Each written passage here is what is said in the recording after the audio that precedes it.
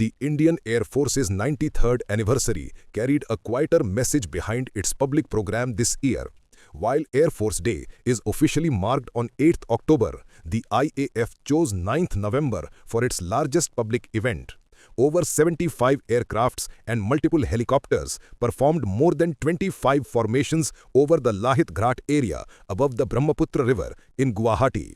The shift was not presented as a major announcement, but the timing, the location, and the scale of the display point towards a strategic pattern. The first hint lies in where the IAF decided to conduct the main demonstration. Guwahati, a major eastern hub, sits near multiple sensitive corridors. Important to note is its proximity to the Bangladesh border, which has been warming up to Pakistan since the past year.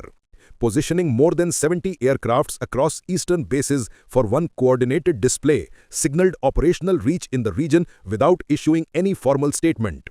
The IAF activated bases in Guwahati, Tejpur, Jorhat, Chabua, Hasimara, Bagdogra, and Panagar to set up the flights. This was a wide footprint for what is normally a parade-centered event.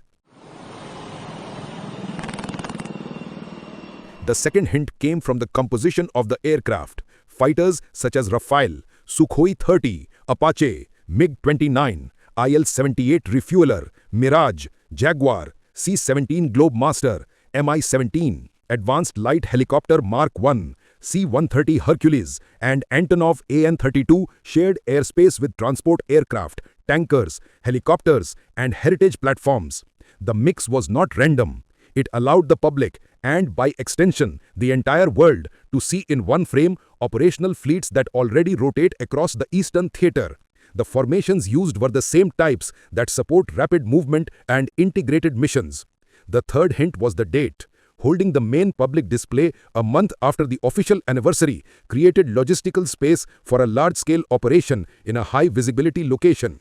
But it also aligned with ongoing eastern deployments and weather windows that allow long formation runs over the river. The date made it possible to conduct a heavy sortie pattern without interfering with other annual cycles. The fourth hint was the format. Instead of a short flypast linked to a parade ground, the IAF opted for a 2-hour aerial sequence over an open public waterfront. This format offers higher visibility for residents, but also gives the IAF a chance to test coordination between far-flung air bases under a fixed timeline. The Brahmaputra corridor provided a long, unobstructed path for high-speed passes, tanker-supported formations, and mixed aircraft runs. Finally, the decision to place the main spectacle in the northeast serves a broader administrative purpose. It expands public engagement outside the national capital region, where most large defense events are usually staged. It also normalizes large air operations in the eastern belt at a time when infrastructure across those bases has been steadily upgraded. In today's uncertain global environment, air power has emerged as the decisive instrument of national security, and the Indian Air Force stands ready to respond to every challenge with speed, precision, and determination.